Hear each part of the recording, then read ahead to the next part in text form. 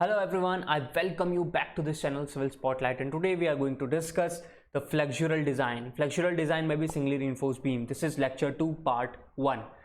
So before beginning, this is all about me. I'm myself Piyush Sharma and here I'm here to guide you guys for the competitive exam. So let's begin our lecture 2. So आज हम singly reinforced beam की बात करने वाले हैं. जैसे कि मैंने आपको बोला था शुरू में कि अपने पास दो मेथड्स ऑफ डिज़ाइन है, एक WSM खड़ा है, एक LSM है. आज की तारीख में देखा जाए तो LSM के बेसिस पे IS 456:2000 मतलब 2000 जो सीरीज़ निकली थी IS 456 की, उसके बाद LSM पर ज़्यादा फोकस है. Since then we are seeing almost all the questions are from LSM. बहुत ही कोई छोटे मोटे क्वेश्चन जो हैं WSM से आते हैं, या बिल्कुल हल्के कंसेप्ट पे आते हैं, या वर्ड वाले क्वेश्चंस आते हैं, न्यूमेरिकल नहीं आ रहे हैं. बहुत ही बेसिक न्यूमेरिकल आएगा, मॉडुलर रेशियो बता दो, या एक दो फैक्ट बेस्ड क्वेश्चन आएंगे, वो मैं यहाँ बता दूंगा. तो उनको देख के मैंने सोचा है कि बेवजह आप लोगों का टाइम वेस्ट करने की बजाय सिर्फ WSM उतना पता होना चाहिए जितने की ज़रूरत है, यानी कि हमारे सारे क्वेश्चन सॉल्व होने चाहिए, उससे ज़्यादा करने की ज़रूरत नहीं है. तो मैं उसी पार्ट को फॉलो कर रहा हूँ फॉर ऑब्जेक्टिव क्वेश्चंस. तो सबसे पहले स्टार्ट करने से पहले I am requesting you guys, if you are not gone through the lecture 1 part 3 then please go through it, because उसके अंदर सारे अजम्पशन मैंने बहुत अच्छे से डिस्कस किए हैं, चाहे WSM हो LSM हो, ताकि अब डिज़ाइन करने में बैठेंगे तो हमें बार बार अजम्पशन जो है वो एटलीस्ट WSM के उनको देखने की या मेंशन करने की ज़रूरत नहीं पड़ेगी. तो आई एम अज्यूमिंग आपने लेक्चर देख लिया है. तो अब हम डिज़ाइन करते हैं.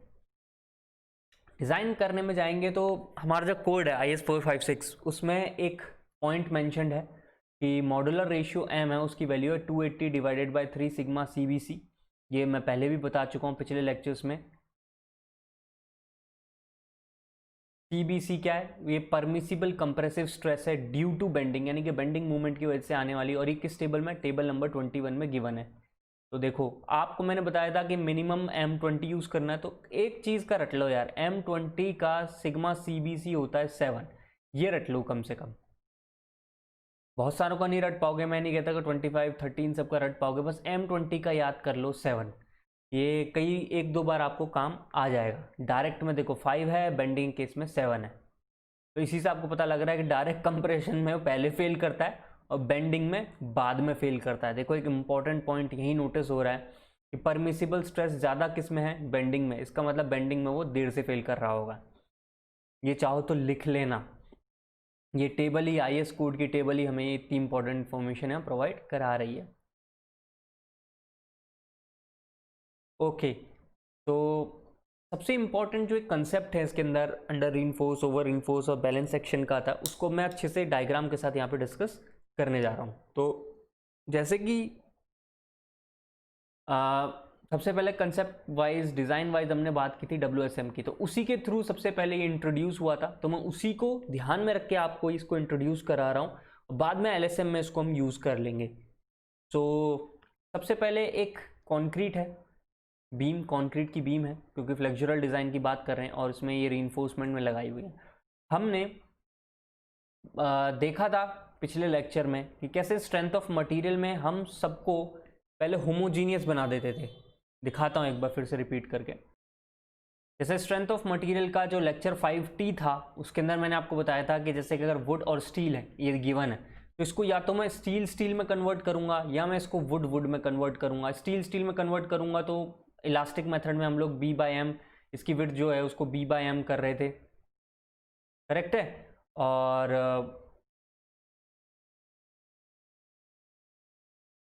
और अगर वुड में कन्वर्ट कर रहे हैं तो उसकी विड्थ, नीचे वाली स्टील की विड्थ बढ़ा रहे थे M/B करके. और स्ट्रेसेस में भी जो था, जैसे अगर स्टील माना है, देखो मैंने यहाँ स्टील माना है, तो यहाँ पे जो वेरिएशन आएगा ये सिग्मा ST के अकॉर्डिंग आएगा. तो इसको अगर मैं वुड में कन्वर्ट करूंगा तो that would be sigma ST divided bye M. ये वुड के अंदर हो गया. और अगर वुड में कन्वर्ट किया तो यहाँ सिग्मा वुड आएगा, और इसको स्टील में कन्वर्ट करना है तो M सिग्मा ST हो जाएगा. यही बात की थी. तो यही वाले कंसेप्ट उठा के हमने मॉडुलर रेशियो में यानी कि हमारे WSM वाले मेथड में लगाया हुआ है.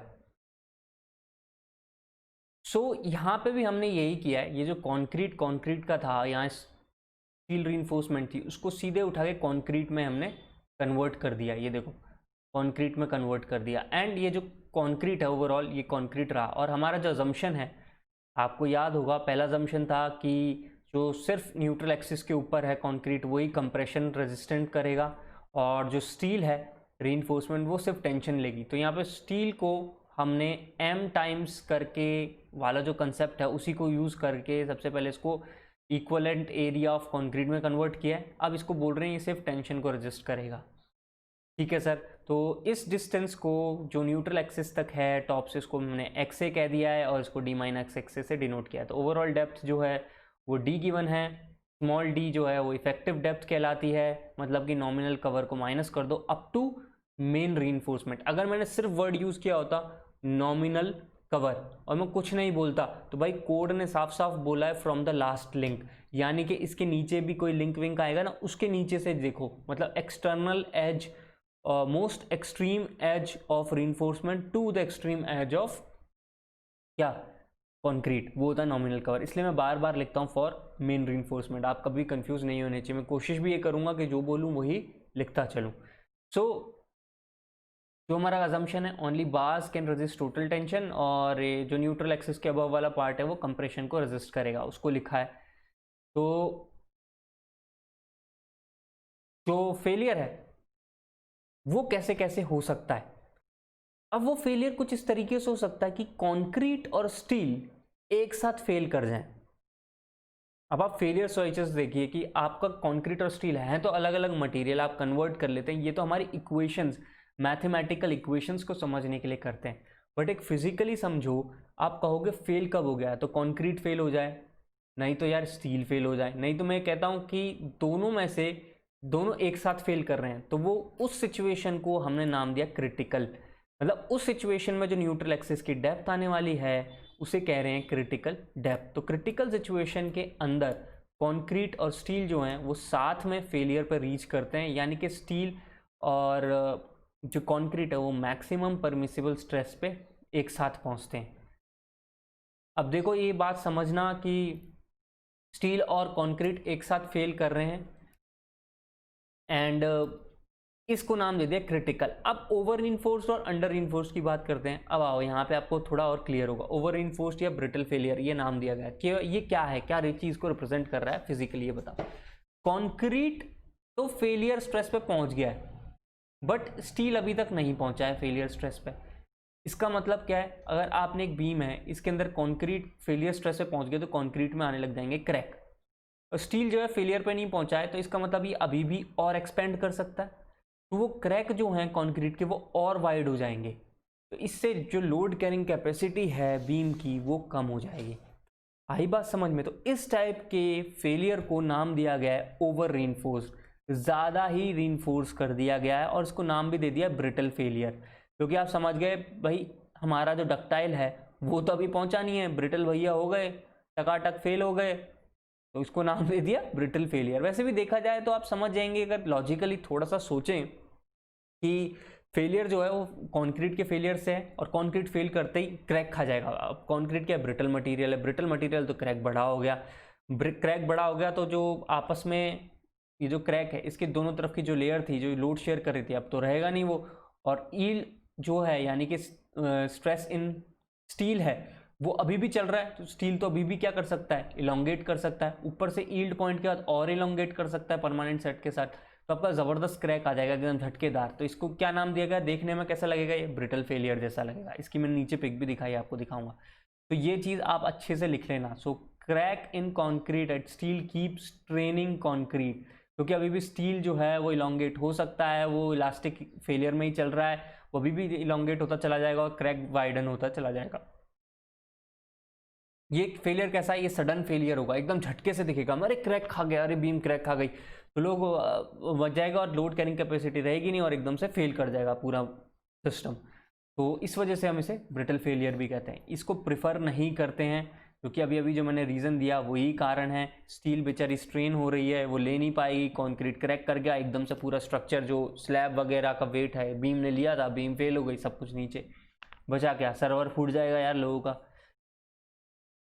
तो तीसरे टाइप का फेलियर कौन सा है, उसे कहते हैं अंडर रीइंफोर्स्ड और डक्टाइल फेलियर। अब देखो नाम से पता चल रहा है चल जाएगा अभी आपको।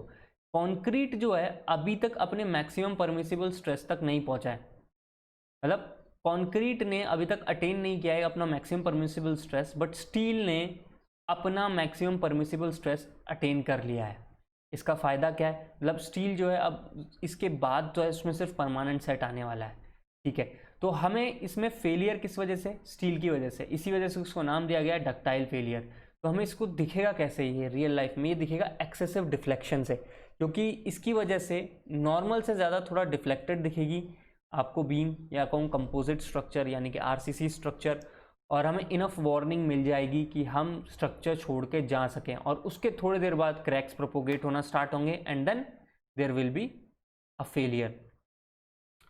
कई बार तो क्रैक्स भी नहीं आते हैं और बहुत कम क्रैक्स आते हैं। इसका सबसे बड़ा एग्जांपल देखो, यहाँ फोटो लगा के मैंने दिया हुआ, ये ओवर रीइंफोर्स्ड बीम थी, देखो ओवर रीइंफोर्स्ड थी, क्रैक कितने वाइड दिख रहे हैं यहाँ पे आपको, और स्टील जो है अभी भी स्ट्रेन कर रही है, स्ट्रेन करे जा रही है। यहाँ पे देखो कितने लाइट क्रैक्स हैं अंडर रीइंफोर्स्ड बीम के अंदर, यानी कि अभी भी इसकी लोड कैरिंग कैपेसिटी चल रही है अंडर रीइंफोर्स्ड बीम की।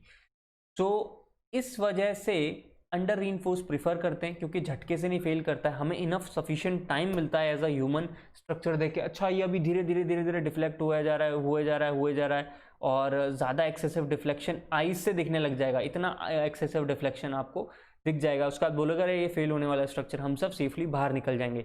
बट वो केस हमको ओवर रीइंफोर्स में देखने को नहीं मिलता है, एकदम से क्रैक हुआ, क्रैक वाइडन हुआ एंड थिंग्स विल फेल।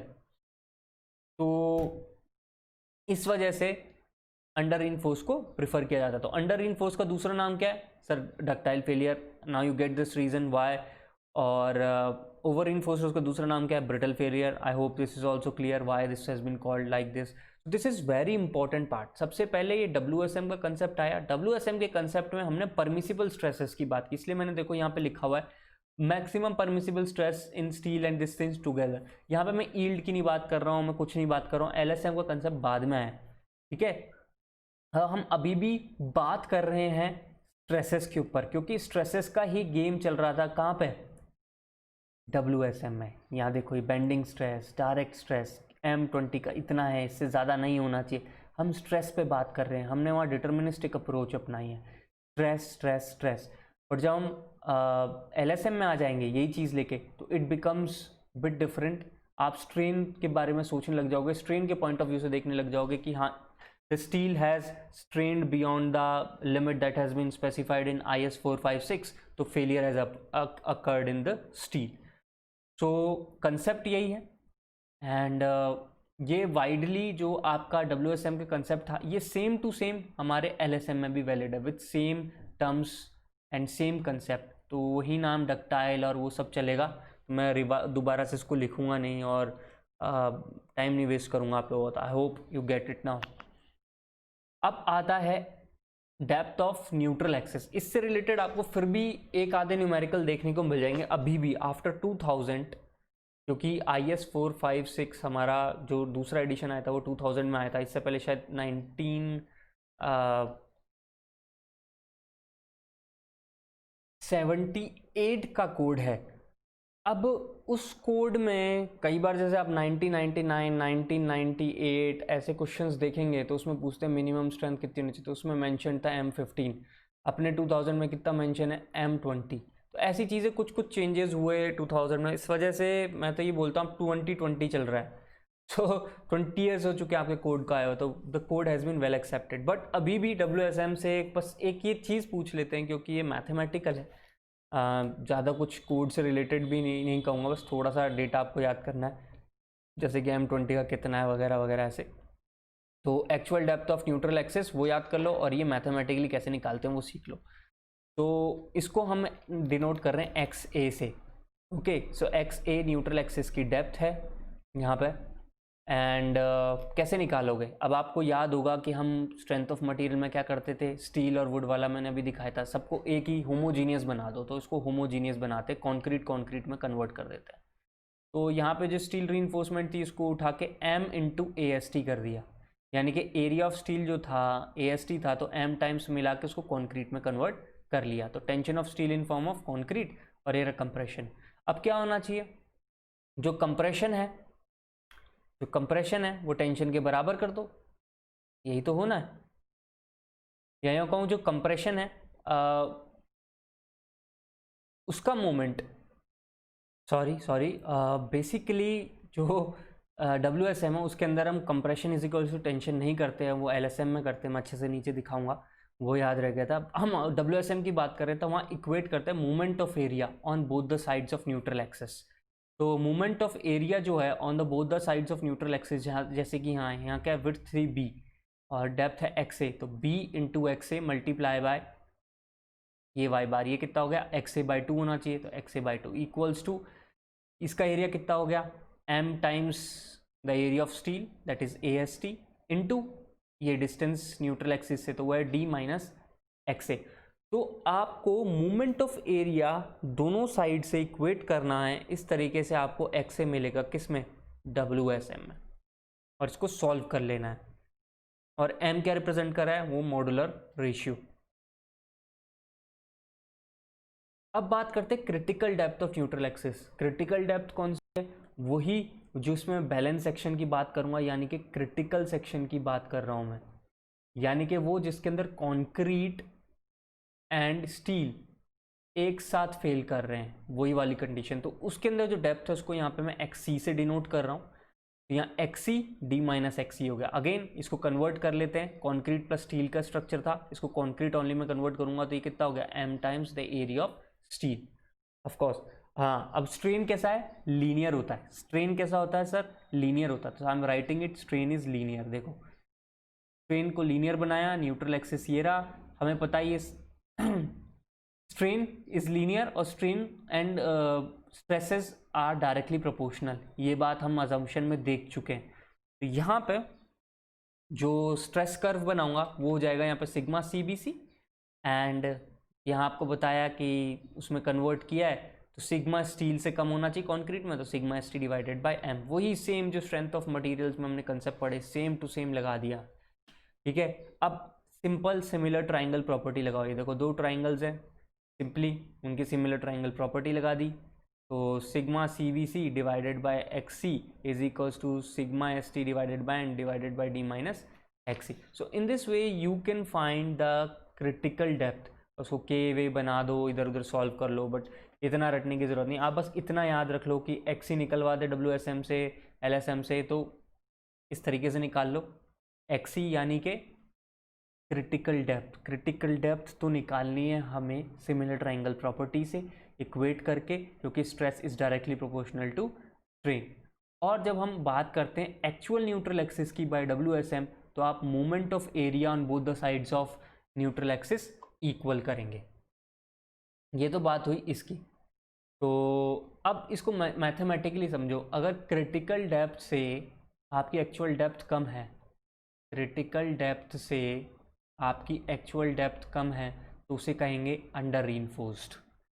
अगर क्रिटिकल डेप्थ और एक्चुअल डेप्थ बराबर हैं तो बैलेंस्ड, यानी कि क्रिटिकल सेक्शन। ठीक है, एंड अगर आपकी एक्चुअल डेप्थ क्रिटिकल डेप्थ से ज़्यादा चली गई तो ओवर रीइंफोर्स्ड। तो अब पहले हमने मीनिंग समझा अंडर, बैलेंस्ड और ओवर रीइंफोर्स्ड का, अब उसको मैथमेटिकली मैथ से कनेक्ट कर लिया है। तो हमें एक्चुअल डेप्थ निकालनी है और क्रिटिकल डेप्थ निकालनी है, और दोनों से कंपेयर करके चेक कर लेना है मेरा स्ट्रक्चर अंडर रीइंफोर्स्ड है, बैलेंस्ड है या फिर ओवर रीइंफोर्स्ड है। ओके सर, तो ये था मेन जो क्वेश्चन आ जाता है, भूला भटका अगर आ जाए तो एक्चुअल डेप्थ बाय WSM। अब बात करो यार LSM से। LSM में पूरा की पूरा सारा की सारा गिवन है, और मैं साफ बोलूँगा कि लोड फैक्टर्स और वो सारा क्रिटिकल करेक्टरिस्टिक लोड, फिर डिज़ाइन लोड, सारी बात की हमने पिछले लेक्चर में, जो कि है लेक्चर 1 पार्ट 3, तो उसको ज़रूर देखें। अब हम आगे की ओर देखते हैं कि LSM के थ्रू कैसे हमें डिज़ाइन करना है बीम्स को। तो उसको डिज़ाइन करने से पहले कुछ अजम्पशंस हैं, ऑल दी अजम्पशंस कुछ लास्ट वाले वीडियो से कंटिन्यू हो रहे हैं, बट क्योंकि LSM के तो मैंने सोचा फिर से लिख देता हूँ, बेटर वे में आप लोग अपने नोटबुक्स में लिखेंगे तो अच्छे से याद हो जाएंगे। सबसे पहला अजम्पशन वही, plane section remains plane even after bending. ये चीज़ क्या रिप्रेजेंट करती है कि स्ट्रेन जो है वो कैसा है, लीनियर है, strain is linear. Okay sir, दूसरा है maximum compressive strain in concrete in case of bending is 0.0035। ये जितना भी मैं बता रहा हूँ IS 456 के अकॉर्डिंग है, ठीक है। सो आप प्लीज़ इसको ज़रूर नोट कर लें। पहली बार आप देख रहे हो हम लोग स्ट्रेन की बात कर रहे हैं। जब WSM की बात की तो मैंने आपको कोड में लगी हुई टेबल दिखाई, उसने किसके बेसिस पे बात की? उसने बात की थी स्ट्रेस के बेसिस पे। देखो, permissible stress, permissible stress, okay. जबकि जब हम LSM की बात करते हैं तो वहाँ पे हम स्ट्रेन के थ्रू स्ट्रेसेस पे आते हैं। तो हम यहाँ बात कर रहे हैं मोर ऑब्जर्वेबल फिजिकल थिंग, स्ट्रेन की। तो हमारा स्ट्रेन क्या है? Maximum compressive strain in concrete in case of bending is 0.0035। आप इतना ही ले सकते हो, ओके सर। फिर बात करते हैं tensile strain. Tensile strain in concrete, मैं कॉन्क्रीट की बात कर रहा हूँ, मैं स्टील की बात नहीं कर रहा हूँ। ये वर्ड स्पेशली इसलिए हाईलाइट किया, कॉन्क्रीट इज जीरो, क्योंकि जब भी हम स्ट्रेन इन स्टील की बात करेंगे तो हमारा क्या हो जाएगा? 0.002 plus 0.87 FY divided by modulus elasticity of steel. वो किसके लिए है? वो स्टील के लिए है। जबकि कॉन्क्रीट के लिए टेंसाइल स्ट्रेन कितनी है सर? जीरो है, okay. So stress strain graph accepted by IS 456 2000 is shown in figure 21. The stress curve for concrete is shown in figure 22. अब ये 21 22 मैंने नीचे लगाए, दिखा देता हूँ आपको। ये कर्व वैसे हम बहुत अच्छे से लास्ट लेक्चर में देख चुके हैं। सबसे पहले हमने करेक्टरिस्टिक स्ट्रेंथ निकाली, फिर सेफ करेक्टरिस्टिक स्ट्रेंथ पे पहुंचे और उसके बाद डिज़ाइन करेक्टरिस्टिक स्ट्रेंथ। तो मेरे को कौन सा कर्व कंसिडर करना है? Design characteristic strength curve consider करना है फॉर स्ट्रेस स्ट्रेन कर्व। आ गई बात समझ में? और ये भी हम देख चुके हैं कि ये 0.002 स्ट्रेन तक तो एक रेक्टेंगुलर फॉर्म में रहता है और फिर पैराबोला हो जाता है अप टू न्यूट्रल एक्सिस। सो ये स्ट्रेस ब्लॉक पैरामीटर है, इसके लिए LSM के लिए, और ये स्ट्रेस स्ट्रेन कर्व है। अच्छा, आगे देखते हैं। The stress strain curve for concrete is shown in figure 22, okay. Also for design purpose, the compressive strength of concrete shall be assumed to be 0.67 times that of characteristic strength and partial factor of safety gamma MC। gamma MC का मतलब है partial factor of safety, C मैं अपनी side से डाल दे रहा हूँ, concrete 1.5 shall be applied in addition to। ये सारी की सारी बातें मैंने बात कही हैं, बट फिर भी दोबारा लिख रहा हूँ, प्लीज़ इसको रीमेंशन कर लें ताकि आप कंफ्यूज ना रहें। वो LSM का बेसिक था जो हमने पिछले वीडियोस में बात की थी, तब मैंने बीम को दिमाग में रख के, यानी कि फ्लेक्सुरल डिज़ाइन को दिमाग में रख के बात नहीं की थी। आगे चल के आप कंप्रेसिव डिज़ाइन को रख के बात करेंगे तो अजम्पशन में छोटे मोटे चेंजेस आएंगे। वो चेंजेस क्या होंगे वो आप अच्छे से लिखें, ये मैं चाहता हूँ, इसलिए मैंने यहाँ पे ये चीज़ रीमेंशन की है। आइए अब देखते हैं fourth point, tensile strength of concrete is ignored. Definitely ये वही पॉइंट है कि हम मानते ही नहीं है न्यूट्रल एक्सिस के नीचे जो कॉन्क्रीट का जो एरिया है वो बिल्कुल भी टेंसाइल स्ट्रेंथ लेगा फॉर कैलकुलेशन पर्पस। आप रियल लाइफ पर्पस में मत घुसना, फॉर आवर कैलकुलेशन पर्पस ये अजम्पशन हमने ले लिया है। अब रीइंफोर्समेंट की बात कर ले, कॉन्क्रीट की इतनी सारी बातें हुई अच्छी अच्छी, अब इसकी बात कर ले, रीइंफोर्समेंट ही कर लेते हैं। अब रीइंफोर्समेंट मैंने आपको फिर से बताया था, ये वाला जो कर्व है स्ट्रेट वाला ये FE250 के लिए है और ये वाला FE415 एंड अबव, यानी कि FE415 एंड FE500, यही दो यूज़ कर रहे हैं हम तो इनके लिए है। तो डिज़ाइन पर्पस के लिए पार्शियल फैक्टर ऑफ सेफ्टी जो स्टील की है वो 1.15 है, स्टील के लिए वो यूज़ करनी होती है। एंड जो करेक्टरिस्टिक स्ट्रेंथ होती है वही सेफ करेक्टरिस्टिक स्ट्रेंथ है स्टील की, और उसको 1.15 से डिवाइड कर दूंगा तो ये बन गया डिज़ाइन हमारा करेक्टरिस्टिक डिज़ाइन स्ट्रेंथ, और ये उसका स्ट्रेस स्ट्रेन कर्व जो मैंने अच्छे से यहाँ पे हाईलाइट कर दिया। सबसे इंपॉर्टेंट चीज़, maximum strain in tension reinforcement in the section at failure shall not be less than. देखो मैं बार बार कहूँगा, ये जो वर्ड्स होते हैं ना, शैल नॉट बी लेस देन और ग्रेटर देन इक्वल टू, इनको बहुत अच्छे से दिमाग में रखना, क्योंकि एक क्वेश्चन मैंने स्पेसिफिकली देखा था कि उन्होंने पूछा कि बताओ कि फेलियर कब होगा LSM के केस में और उस पर स्ट्रेन क्या होगा टेंसाइल रीइंफोर्समेंट में, और एक जगह उसने ऐसे ऑप्शंस दिए कि this is equals to, strain is greater than equals to, strain जो भी है, या यूँ कहूँ should not be less than equal to, ये दोनों तो बातें की हैं, या लेस देन इक्वल टू। अब यहाँ पे बच्चा फंस जाता है, वो याद कर लेता है Y by 1.15 ES plus 0.002, but इसको बहुत अच्छे से याद करना आप कोड्स में, आरसीसी का कोड और स्टील का code, not less than, not greater than. तो मैं नॉट लेस देन ज़्यादा प्रेफर नहीं करता हूँ, मैं ग्रेटर देन इक्वल टू, क्योंकि मेरे को वो ज़्यादा अच्छे से याद रहता है। तो स्ट्रेन जो है हमारा बड़ा हो सकता है इससे, और ऑब्वियसली ये इसी का ही तो दूसरा वे ऑफ सेइंग है। तो जैसे चाहो आप वैसे याद कर सकते हो, नॉट लेस देन भी याद कर सकते हो। मैं लिख देता हूँ, बना ही देता हूँ इसको, नॉट लेस देन को।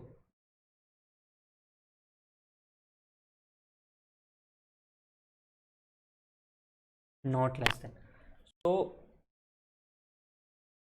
strain in tensile steel is not less than Fy divided by factor of safety into modulus of elasticity of steel plus 0.002 strain। बहुत बढ़िया, ये काम हो गया।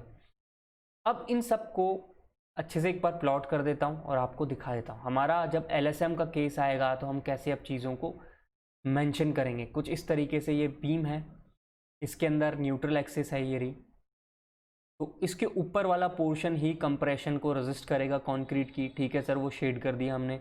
नीचे वाला जो स्टील रिइंफोर्समेंट है वो टेंशन लेगी, ठीक है सर। तो स्ट्रेसेस का डायग्राम कैसा है, पैराबोलिक है। कहाँ तक, 0.002 स्ट्रेन। सबसे पहले तो स्ट्रेन का बना लो। अब स्ट्रेन का बनाने देख रहे हो तो टॉप जो नॉच है वहाँ पे मैक्सिमम स्ट्रेन कितना हो सकता है, 0.0035 हो सकता है। ये बात हमें स्पेसिफाइड की जा चुकी है। अब इसके अंदर 0.0035 ऊपर है, तो 0.002 कहीं नीचे यहाँ आसपास आया होगा, तो वो भी देखो मैंने डॉट डॉट करके मेंशन कर दिया कि एग्जैक्ट डेप्थ नहीं पता बट यहाँ कहीं होगा। Okay sir.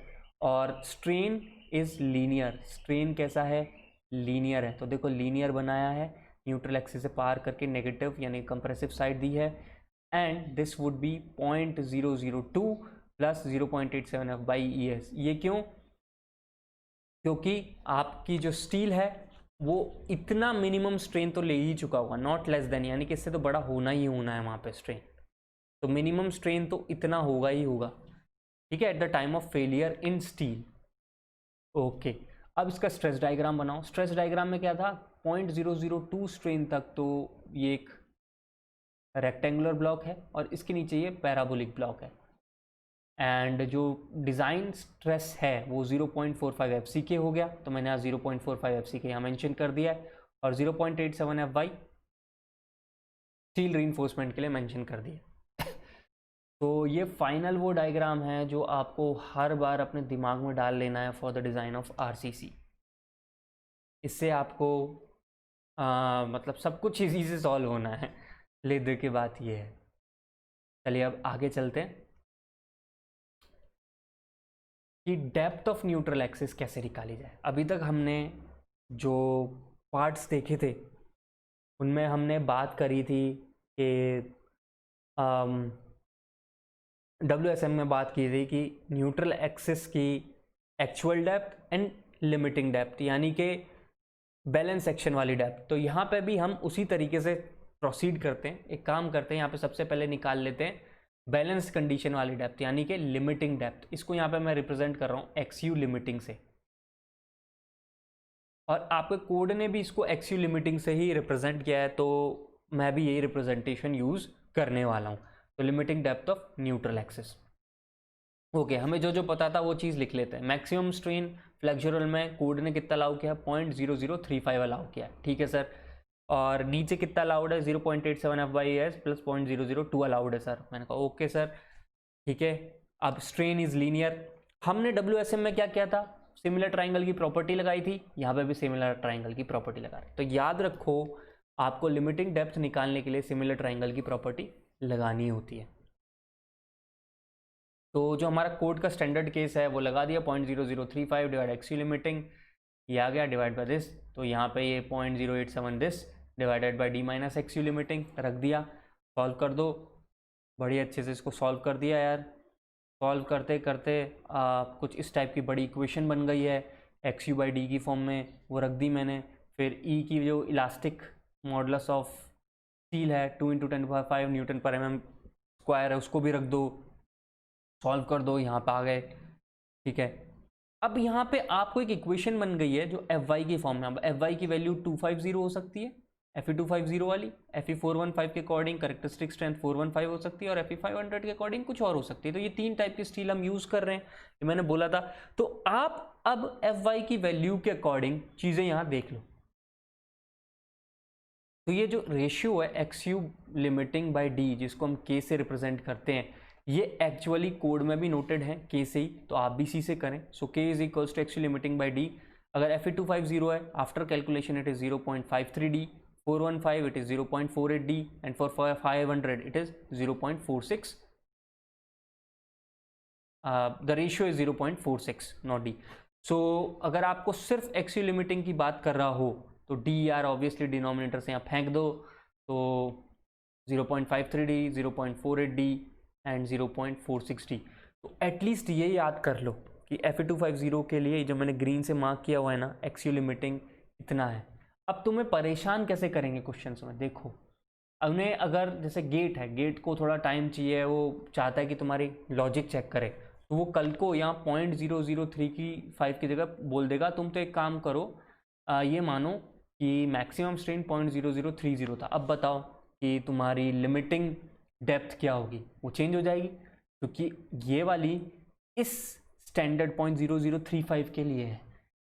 ठीक है, तो ऐसे क्वेश्चंस भी मैं आपको करवाऊंगा जिससे आपका कंसेप्चुअल डेवलपमेंट हो जाएगा। उसके बाद कभी आप आरसीसी के ये बीम क्वेश्चंस में अटकोगे नहीं।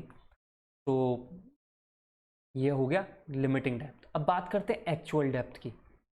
ठीक है सर, एक्चुअल डेप्थ की बात कर लो। अगेन मैंने वापस से एक्चुअल डेप्थ निकालने के लिए उसको डिनोट किया XU से, XU से उसको डिनोट किया है यहाँ पे, एंड जो हमारा कोड कह रहा है वो लिखना हो, कोई अलग चीज़ नहीं। 0.0035 एक्सट्रीम एज कंप्रेशन बेंडिंग के केस में इतनी स्ट्रेन हो सकती है, 0.002 कहीं बीच में आएगा, रख दिया सर। 0.002 तक बेचारा स्ट्रेस जो है वो स्ट्रेट रहेगा, मतलब वेरिएशन, और उसके बाद पैराबोलिक वेरिएशन जाएगा, रख दिया। अब आप थोड़ी बहुत मैथ वैथ लगाओगे ना यार, यहाँ पे मैं सीधे ऐसे ही बता देता हूँ। ये जो ऊपर का पोर्शन है ये 3/7 XU है, ये पूरा XU है ना न्यूट्रल एक्सिस तक, इसको 0.02 तक का डालेंगे तो 3/7 XU, और 0.002 स्ट्रेन के बाद 4/7 XU। चाहो तो बुक में देख लेना कैसे निकाला है, वही कुछ नहीं करा है इन्होंने, सिमिलर ट्राइंग प्रॉपर्टी लगाई है किसकी, 0.0035 डिवाइडेड बाय ये टोटल डिस्टेंस, फिर ये 0.002 डिवाइडेड बाय दिस डिस्टेंस, इसको कुछ भी कह दो, T कह दो, T, यहाँ से T निकल जाएगा, T से माइनस कर दोगे तो ये आ जाएगा, तो 3/7 XU और 4/7 XU आ रहा है। हम यहाँ पे डेप्थ ऑफ न्यूट्रल एक्सिस कैसे निकालेंगे LSM के केस में, यहां हम कर देंगे जो टेंसाइल फोर्स है वो ऐसे जा रहा है, कंप्रेसिव फोर्स है वो ऐसे जा रहा है। So to be in a balanced form at a particular cross section क्या करना चाहिए, ये टेंशन और कंप्रेशन आपस में क्या होने चाहिए, इक्वल होने चाहिए। तो compressive force is equals to tensile force कर दो। तो कंप्रेसिव फोर्स की बात करें, अब बड़ा इंटरेस्टिंग हो जाएगा, और मेरा स्ट्रेंथ ऑफ मटेरियल में पढ़ाया हुआ आपका बेसिक काम आएगा। देखो यहाँ पे स्ट्रेस जो है यहाँ से यहाँ तक तो ठीक है, रेक्टेंगुलर, तो 0.45 FCK, ये विड्थ B है, तो 3/7 XU, बट यहाँ से पैराबोलिक है, तो आप कैसे करेंगे। स्ट्रेस मैंने पढ़ाया था आपको कि बेटा अगर स्ट्रेस होता है force per unit area, sigma जो होता है वो यूनिफॉर्म होता है through out the cross section. यहाँ वो यूनिफॉर्म नहीं है, सिर्फ 3/7 XU तक था, तो मैंने 0.45 FCK plus B into XU into 3/7 plus stress of parabola, मतलब पैराबोला का एक एवरेज स्ट्रेस आएगा ऑब्वियसली जो कुछ ऐसा होगा, ठीक है, मल्टीप्लाई बाय B इंटू 4/7, ये हो गया compressive force is equals to 0.87 FY into area of tension steel. AST मतलब area of steel in tension, लग गया टेंशन, कल को ASC बोल दे तो एरिया स्टील इन कंप्रेशन, मतलब इवन आपके IS कोड में भी इस टाइप की नोटेशन है। तो मेन काम क्या है, compressive force is equals to tensile force, rest क्या है, एक मैथमेटिकल कैलकुलेशन है, आपको रिजल्ट याद करना है, बट मैं यहाँ रिजल्ट को समझाऊंगा, वो फालतू जो आपके कंसेप्ट बन जाते हैं आप रट लेते हैं उनसे आप बच सकें, इसलिए मैं इन चीज़ों को यहाँ पे सॉल्व करूँगा। कैसे, देखो ये वाला था 0.45 FCK, मैंने ये बदल दिया, ठीक है। अब यहाँ पे ये जो है इसको एवरेज में बदलने जाऊंगा ना तो इट बिकम्स 0.3 FCK। कैसे? मैथमेटिकली करके दिखाता हूँ। वो कुछ ऐसा बन गया, ठीक है, हम दोनों को दोनों का मिल गया। अब मैं चाहता हूँ इस पूरे ही क्रॉस सेक्शन का मिल जाए, तो this stress plus this stress divided by this area divided by this area, so we get the overall average stress जो कि 0.36 FCK मिलेगा।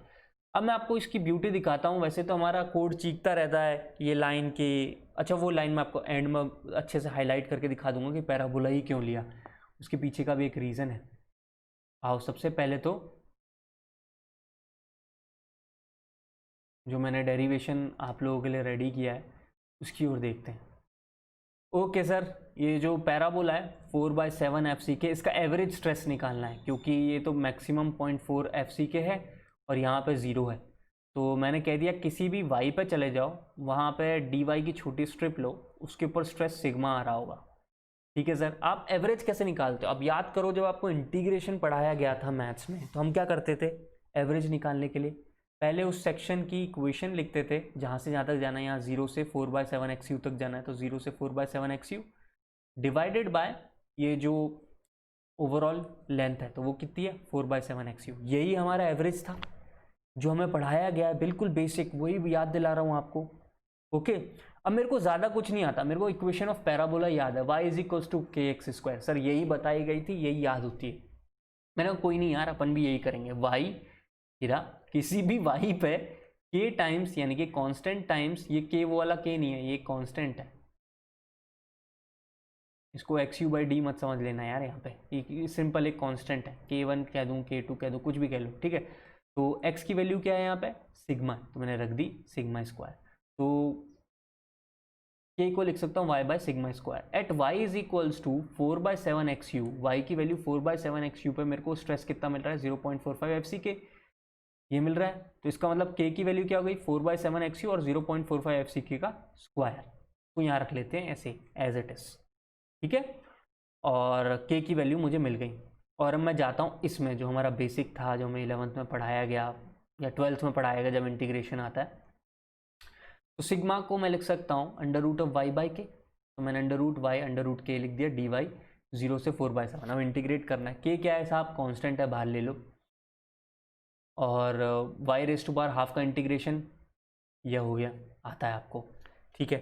अब रख दिया, ये इंटीग्रेट करके y⁻³ 3/2 2/3 4/7 सब ठीक है। k की वैल्यू जो है अब यहाँ रख देता हूँ 4/7 XU एंड 0.45 FCK का स्क्वायर रख दिया सर। सो जब इसको सॉल्व करूँगा मैं इन सब चीज़ों को, एंड y की वैल्यू फाइनली यहाँ पे जो y आया है ना, इसकी वैल्यू को 4/7 XU रखूँगा सॉल्व करते करते,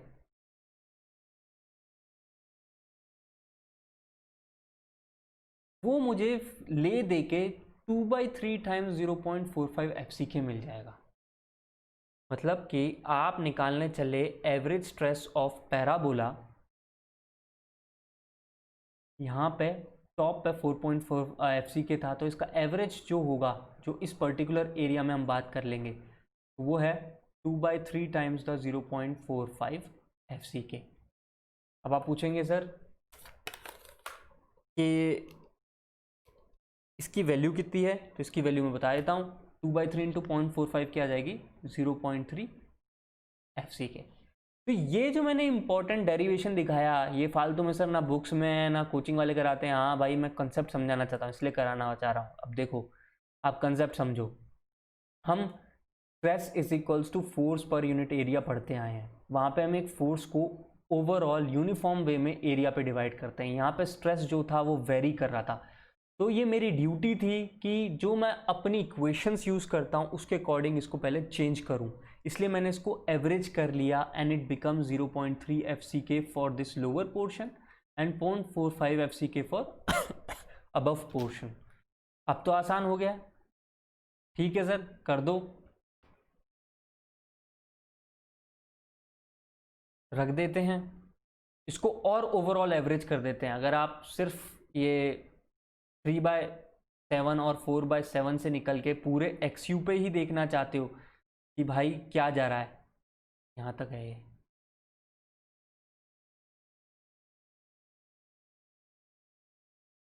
यहाँ पे ये जो था पूरा करेक्ट कर दिया मैंने।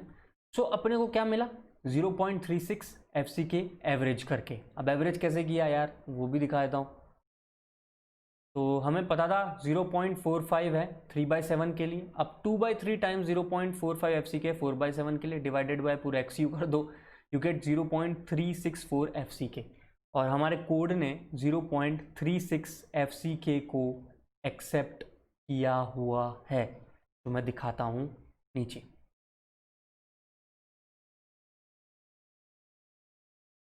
ये रहा। अब आपके दिमाग में सवाल आ रहा होगा, सर आपने यहाँ पे ये area under the curve 2/3 0.45 FCK लिखा, आपने सीधे एरिया अंडर द कर्व क्यों लिख दिया? ये याद करो, अगर हम एक ऐसा पैराबोला बनाते थे तो उसका एरिया अंडर द कर्व क्या होता था? अगर ये B था और ये H था, तो नहीं हुए अभी तक, जस्ट होल्ड ऑन, प्रोसेसिंग कर रहा है अननेसेसरीली आज, सॉरी अबाउट दैट, थोड़ा सा हैंग वैंग हो रहा है।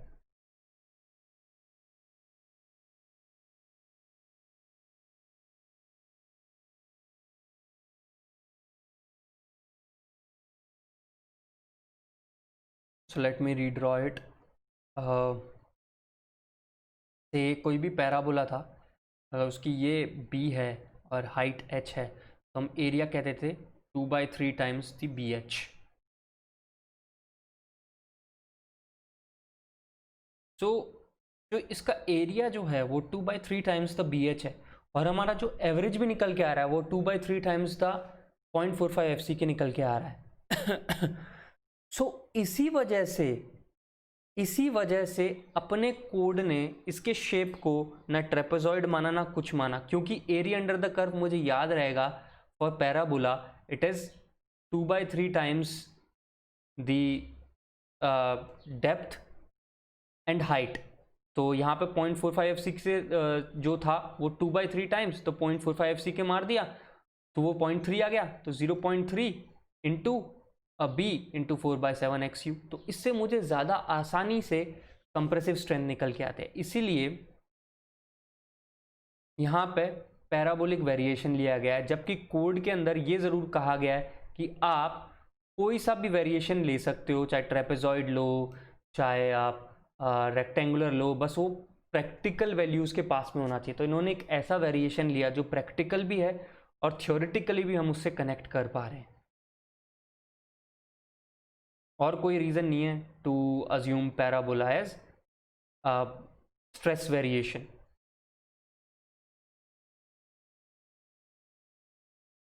तो हमारे जो टोटल कंप्रेसिव फोर्स है उसको ओवरऑल डेप्थ में एक्सेप्ट किया गया 0.36 FCK B into XU, which I have written in red in here. So आप लोगों को ये चीज़ बिल्कुल अच्छे से अपनी नोटबुक में लिख लेनी है, याद कर लेनी है। सो हमने अभी क्या कहा था कि जो छोटा सा टॉप नॉच है कंप्रेसिव है वो पता चल गया ओवरऑल डेप्थ XU के लिए कितना आया 0.36 FCK B इंटू XU, और टेंसाइल फोर्स कितना है 0.87 FY इंटू AST। दोनों को इक्वेट कर दो और XU को अब निकाल सकते हैं अपन आराम से।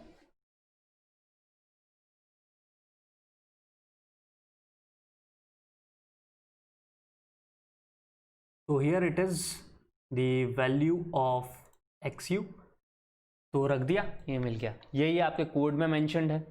अब आप एक क्वेश्चन ये कर सकते हैं कि सर आपने यहाँ पे एक तरफ पैराबोला की बात की और एक तरफ रेक्टेंगुलर पोर्शन की बात की, तो इन दोनों के बीच में कहीं ना कहीं इन दोनों का सेंटर होगा, मतलब आप वो भी बता दीजिए, वो भी बड़े काम की चीज़ है। उसे हम वाई बार से डिनोट करते हैं, देखो यहाँ पे नीचे दिखाता हूँ, ये रहा ये वाई बार। तो इन दोनों के बीच का जो सेंटर पॉइंट होगा वो कहाँ एग्जिस्ट करेगा, तो उसको टॉप से कह दिया वाई बार।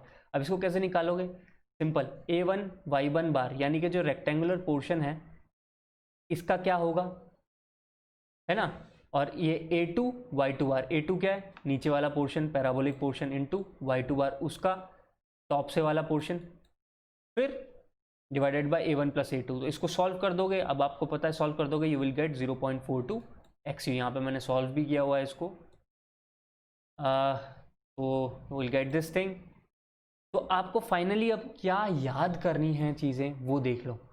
अब आपको फाइनली ये चीज़ें याद करनी है, स्ट्रेस डायग्राम जो मैंने बनाया है इसको अपने हाथ से बनाओ, न्यूट्रल एक्सिस को हमने यहाँ ये बनाया है, एक्स यू है, तो टॉप जो 0.002 है उसके ऊपर लेंथ ये सॉरी डेप्थ हुई 3/7 XU, नीचे हुई 4/7 XU। ठीक है, इन दोनों का कंबाइंड जो पोर्शन निकलेगा वो y बार है टॉप से, उसकी वैल्यू है 0.42 XU, 0.42 XU। एंड अगर मैं ओवरऑल इस पूरे को रेक्टेंगुलर प्लस पैराबोला को कन्वर्ट करूंगा एक यूनिफॉर्म स्ट्रेस के अंदर, तभी तो मेरे को फोर्स मिलेगा ना। Force is equals to stress into area, तो that area is B into XU। Getting this point, and this average stress is 0.36 FCK। कितना आसान हो गया, क्योंकि मैंने एवरेज कर दिया, सिग्मा एवरेज कर दिया। एवरेज करते ही ये हो गया, यूनिफॉर्मली डिस्ट्रीब्यूट कर दिया पूरे XU में, that is 0.36 FCK and area is B into XU। Similarly tensile force है, टेंसाइल फोर्स क्या होगा 0.87 FY into area of tensile steel. और लीवर आर्म क्या हो गया, लीवर आर्म आपको पता होगा कि जब मूवमेंट निकालते हैं फोर्स इंटू लीवर आर्म करते हैं, तो अगर मैं इन दोनों के बीच का डिस्टेंस देखूं वही तो मेरे एक तरीके से लीवर आर्म हो जाएगा। आपको कपल याद होगा, कपल के बीच का लीवर आर्म क्या होता है, उन दोनों के बीच का डिस्टेंस निकाल देते हैं अपन, यही तो करते हैं। So lever arm would be D minus 0.42 XU। So lever arm is here D minus 0.42 XU। ये स्पेशली हाईलाइटेड है, प्लीज इसको बना के अच्छे से लिख लो, ये बड़ा काम आएगा। अब बात करते हैं मोमेंट ऑफ रेजिस्टेंस की। तो आपको मोमेंट ऑफ रेजिस्टेंस कितना होगा, आपके पास कंप्रेसिव फोर्स है टोटल, ये रेक्टेंगल प्लस पैराबोला का सब कुछ जो ऊपर टॉप पोर्शन हो गया, बिल्कुल है सर, निकाल लिया, इनटू लीवर आर्म कर दो, पता चल गया। या यूं कहूं टेंसाइल फोर्स है इनटू लीवर आर्म कर दो, एक ही तो बात है। तो ये दोनों एक ही बराबर आना है, 0.36 FCK B into XU force मिल गया, into lever arm D minus 0.42 XU। या यूं कहूं tensile force 0.87 FY into area of tensile steel into lever arm D minus 0.42 XU। Again अब हमने सबसे पहले क्या निकालना सीखा था, क्रिटिकल डेप्थ, फिर क्या निकालना सीखा, actual depth of neutral axis. And इसको मैथमेटिकली कैसे लिंक करेंगे, अगर आपका XU लिमिटिंग बड़ा है आपकी एक्चुअल डेप्थ यानी कि XU से, that it is the case of under reinforce, जो कि प्रिफर्ड है, जिसे इंजीनियर्स की चॉइस होनी चाहिए। मैक्स टू मैक्स कुछ नहीं समझ में आ रहा तो बैलेंस दे सकते हैं, XU is equals to XU limiting, तो बैलेंस हो गया। और अगर actual depth of neutral axis XU limiting से ज़्यादा है तो ओवर रीइंफोर्स्ड है, ऐसा डिज़ाइन नहीं करना है। तो फिलहाल ये वो बेसिक्स हैं फ्लेक्सुरल डिज़ाइन के जो मुझे डिस्कस करने थे इन डेप्थ। अब इसको यूज़ कर करके हम अब क्वेश्चन स्टार्ट करेंगे। तो वैसे भी अभी इस लेक्चर को अबाउट 48 मिनट्स हो गए, so I won't stretch it long. And फिर एक काम करते हैं, इसको पार्ट A कह देते हैं और जो नेक्स्ट आएगा उसे पार्ट B कह देंगे। तो इस तरीके से सिंगली रीइंफोर्स्ड बीम के लेक्चर 1 के पार्ट A पार्ट B हो जाएगा। हैंस